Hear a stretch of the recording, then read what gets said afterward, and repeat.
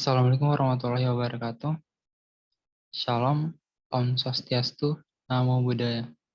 Salam kebajikan. Perkenalkan, nama saya Asrianto, NIM 1906 1110 1118 dari kelas 4A3 jurusan Ekonomi Pembangunan, Fakultas Ekonomi dan Bisnis, Universitas Samratulangi Manado. Tugas ini saya buat untuk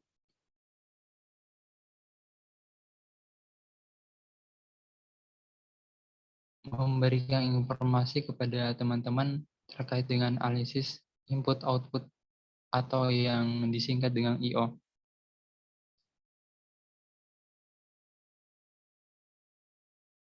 Baiklah,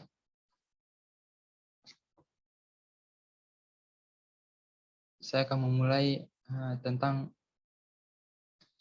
tutorial analisis input-output.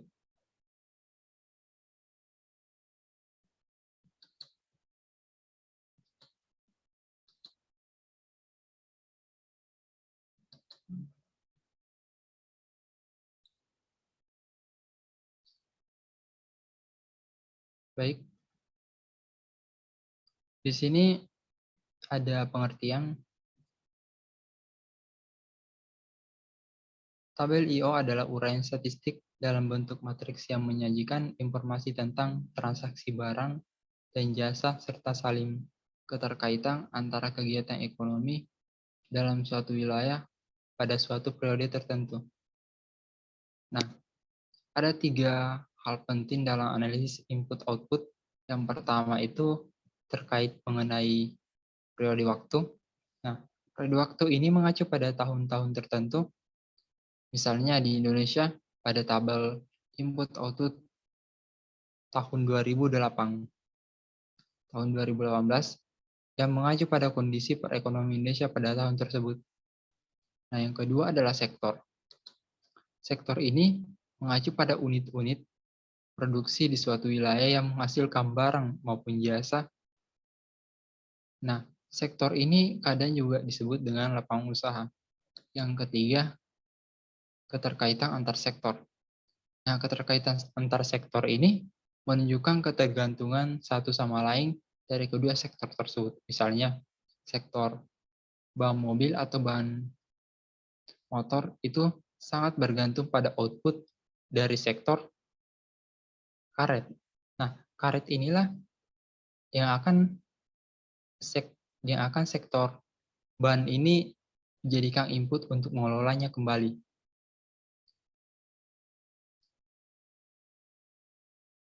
Kemudian ada 4 kuadran pada tabel input-output. Yang pertama itu kuadran 1 atau intermediate quadrant, yang kedua kuadran 2 final demand quadrant, yang ketiga atau kuadran ketiga primary output quadrant, dan yang keempat kuadran keempat primary input final demand quadrant.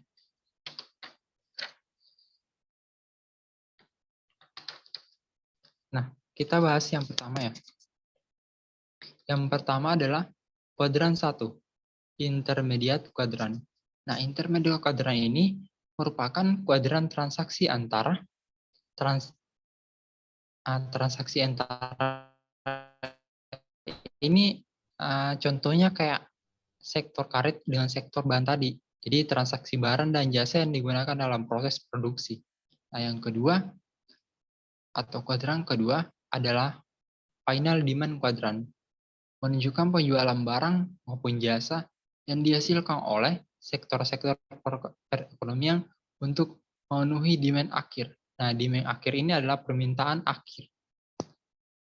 Yang ketiga, kuadran 3 atau primary input quadrant.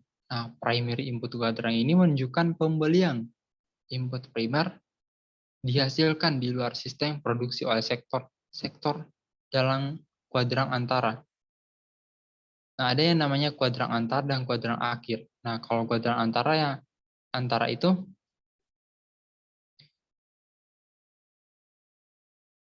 itu saling berkaitan satu sektor dengan sektor lainnya. Contohnya kayak sektor karet dengan sektor bahan tadi. Nah, kalau sektor akhir itu, nah kalau kuadran akhir ya. Kalau kuadran akhir itu dia langsung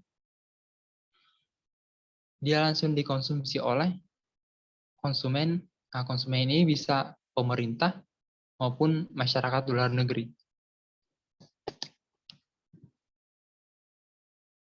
Nah, yang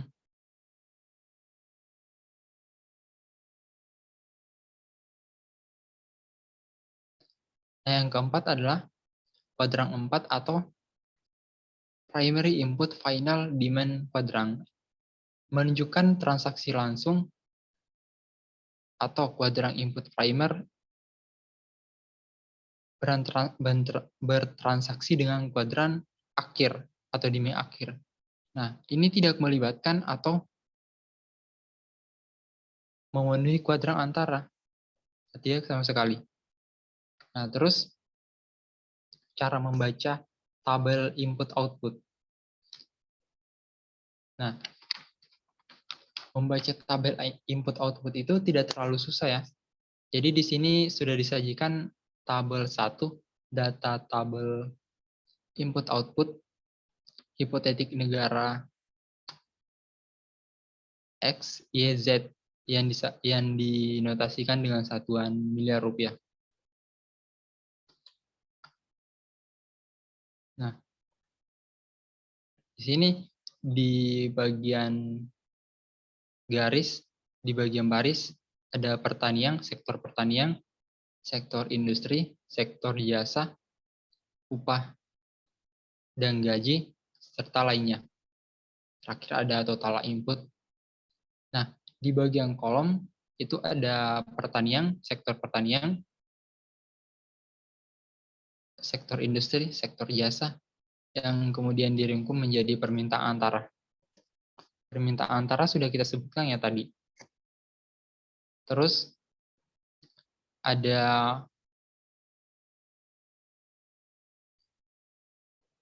final demand. Final demand ini meringkung rumah tangga dan lainnya.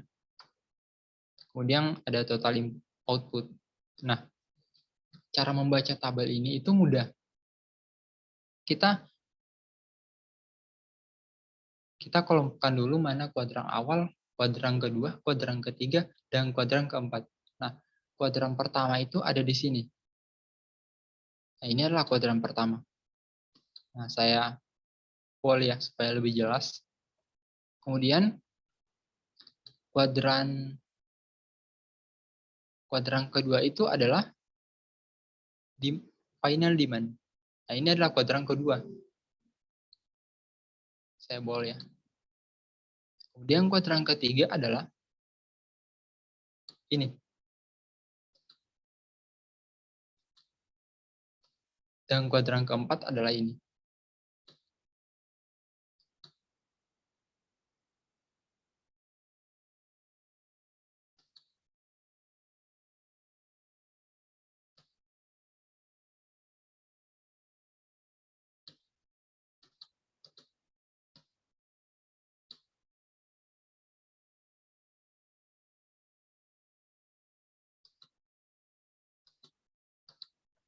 Nah, ini adalah kuadran-kuadran yang saya sudah jelaskan tadi.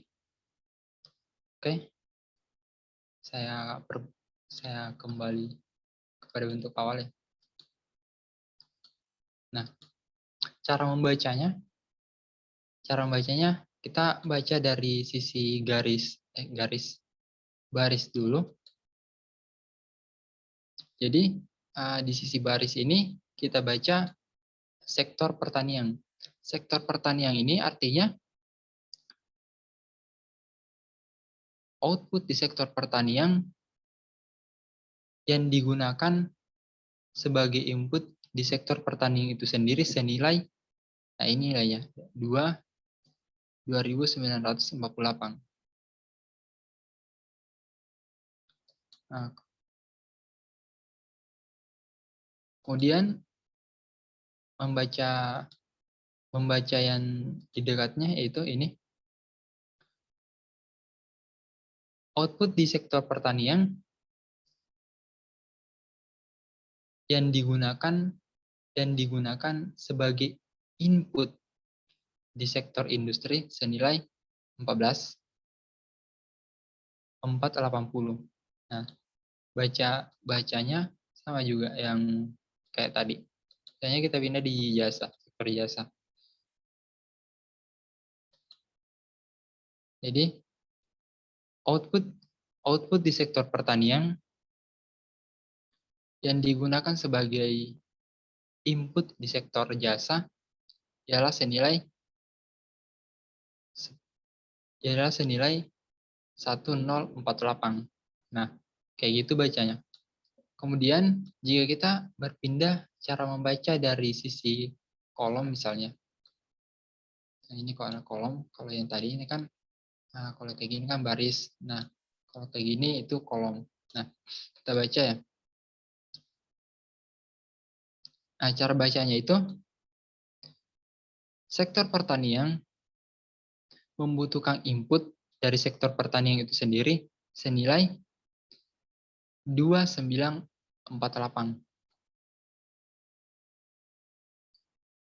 Kemudian jika kita pindah dari sini, nah sektor pertanian membutuhkan input dari sektor industri senilai 14.480. Nah, begitu bacanya. Oke. Ada lagi yang ketinggalan, bahwa dalam tabel input-output, total input itu yang paling bawah ya.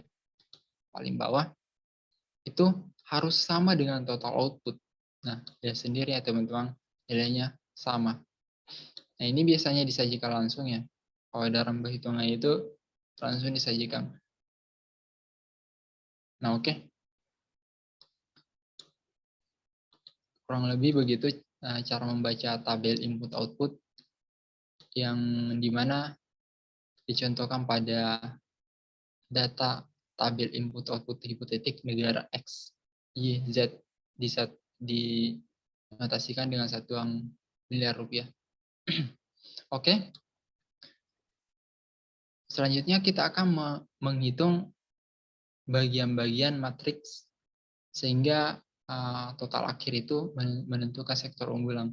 Nah, manakah dari ketiga sektor ini yang paling unggul kalau dalam tabel input-output hipotetik negara X, Y, Z?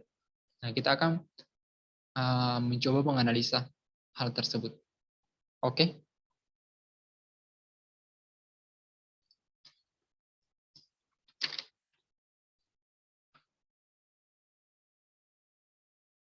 Nah, matriks koefisien input atau matriks A. Nah, di sini sudah ada sektor. Di bagian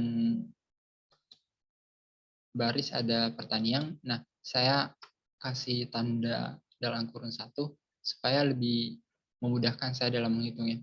Kemudian industri, bagian baris kedua ada industri, sama saya kasih tanda 2 juga, jadi ini berurut 1 sampai 3 supaya memudahkan saya dalam perhitungan. Nah, ini juga saya kasih di bagian kolom 1 sampai 3 guna untuk memudahkan saya dalam perhitungan. Begitu juga dengan tabel-tabel yang ada di bawahnya. Nah, oke.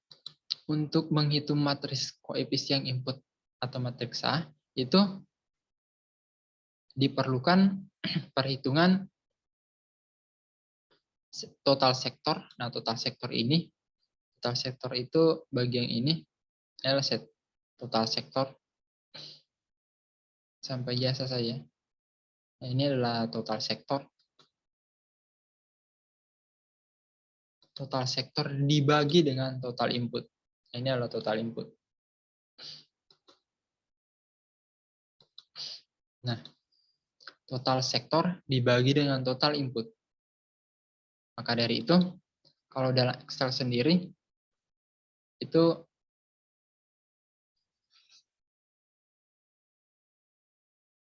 Dengan kita tulis formulanya.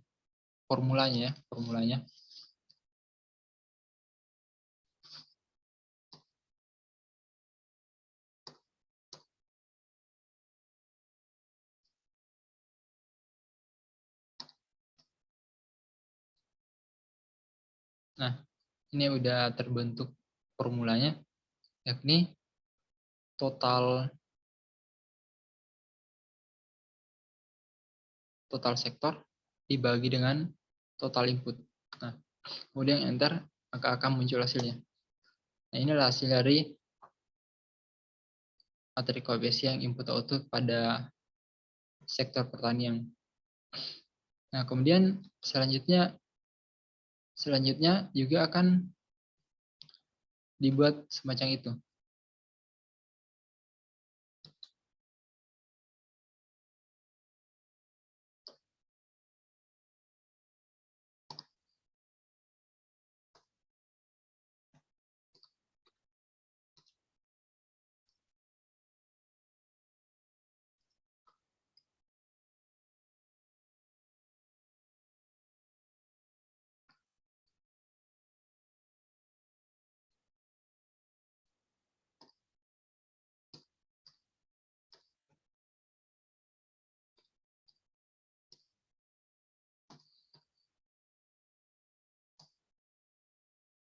Nah, industri pun sama.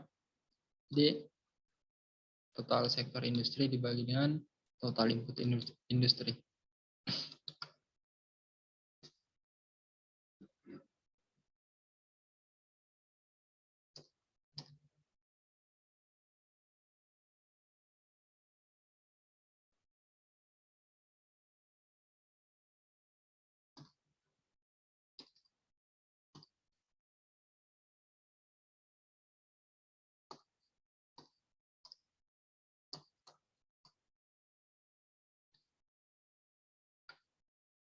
Nah, ini formulanya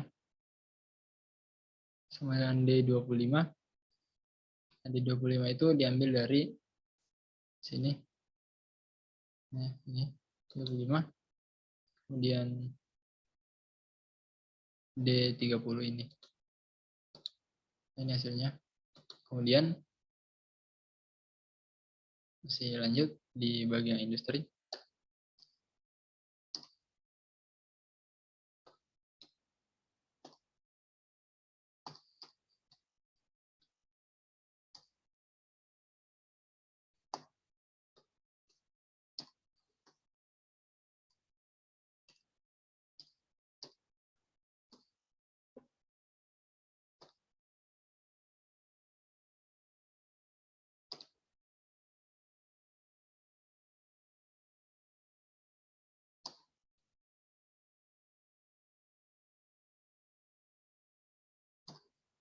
Di jasa pun konsepnya sama. Total dari sektor jasa dibagi dengan total input dari sektor jasa itu sendiri.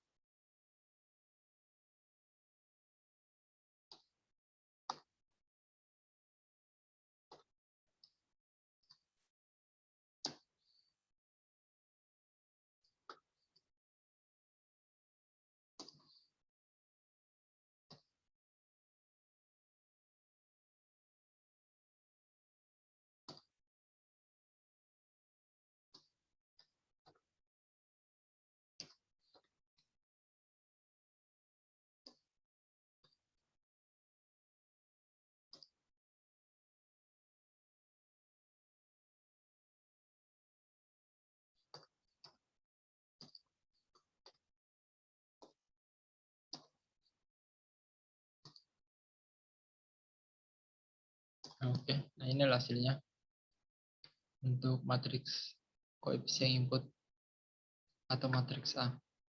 Kemudian lanjut pada matriks identitas untuk 3 sektor atau 3x3. Nah, di sini untuk menentukan matriks identitas itu sangat mudah ya teman-teman. Kita tinggal langsung masukkan saja. Di sini itu 1, 0, 0. Jadi 0, 1, 0. Di sini 0, 0, 1. Jadi dia kayak berbentuk diagonal. Dia kayak berbentuk diagonal. Nah, terus ada yang ketiga matriks lontatif. Nah, matriks lontatif ini penurunan dari matriks identitas, yaitu matriks yang di atas lontatif ini. Nah, untuk menentukannya itu kita perlu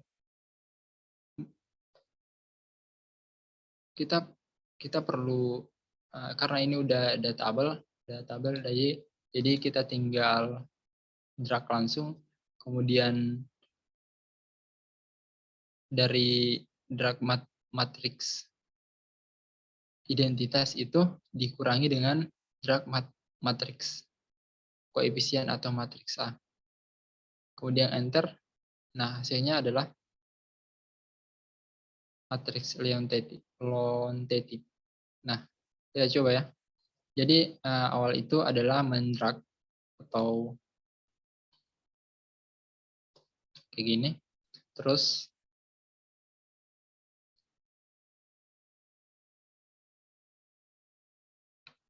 kita drag bagian matriks identitas. Nah, matriks identitas ini. Terus kita kurang matriks koefisien input atau matriks A. Nah, ini. Nah, kemudian kita Ctrl Shift ya. Ctrl Shift dan enter. Nah, inilah hasil dari matriks lontatif. Nah, untuk matriks inverse itu perhitungannya juga lumayan mudah. Jadi kita tinggal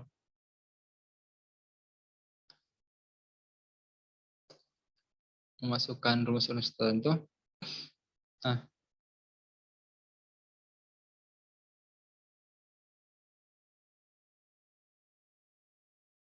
kita cari yang namanya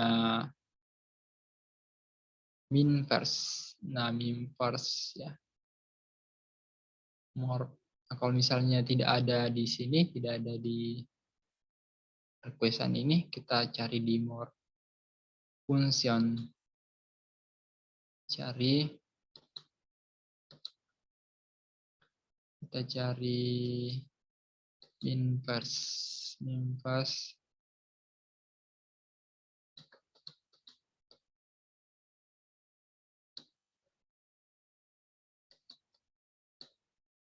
Nah, ini dia, minverse. Oke. Nah, dia akan ada dialog array. Nah, dialog ini bertujuan untuk tabel apa yang akan dimasukkan untuk penjumlahannya. Nah, tabel yang akan dimasukkan itu adalah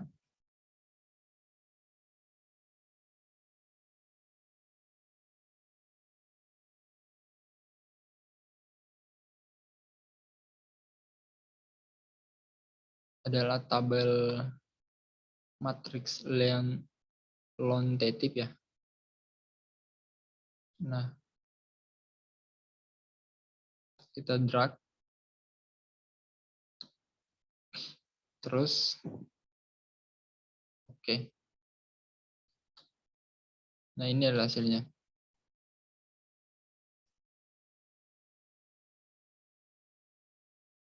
Kemudian, masih lanjut kita perbanyak. Ini karena ini belum ada nilai, nanti kita tekan kata kunci keyword untuk memunculkan nilai dari value ini. Oke. Sama kayak tadi Control Shift 12, Control Shift, kemudian Enter. Nah, ini adalah nilai-nilai dari matriks inverse. Nah, kemudian terakhir kita menentukan sektor unggulan. Nah, sektor unggulan ini apa sih ya yang menjadi sektor paling unggul di negara X, Y, Z yang tadi itu? Nah, kita lihat sama-sama. Nah, caranya kita cari dulu, kita cari di sini sama pencarian kayak tadi, kita cari MMULT, or function.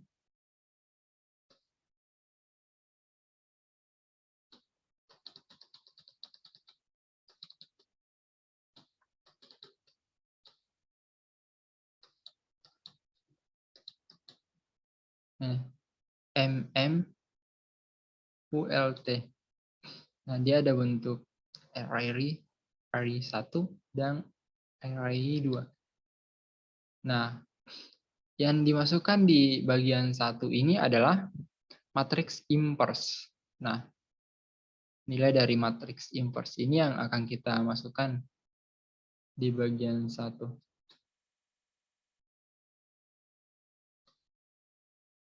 Nah, kemudian di bagian 2 kita masukkan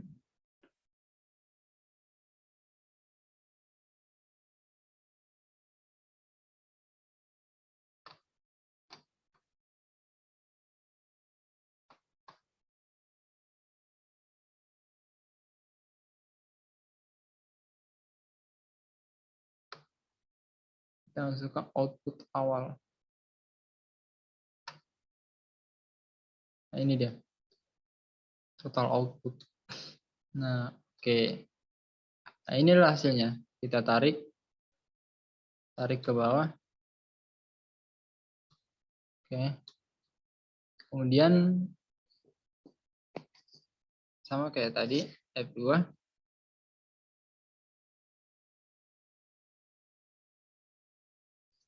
Kemudian kontrol. Oke.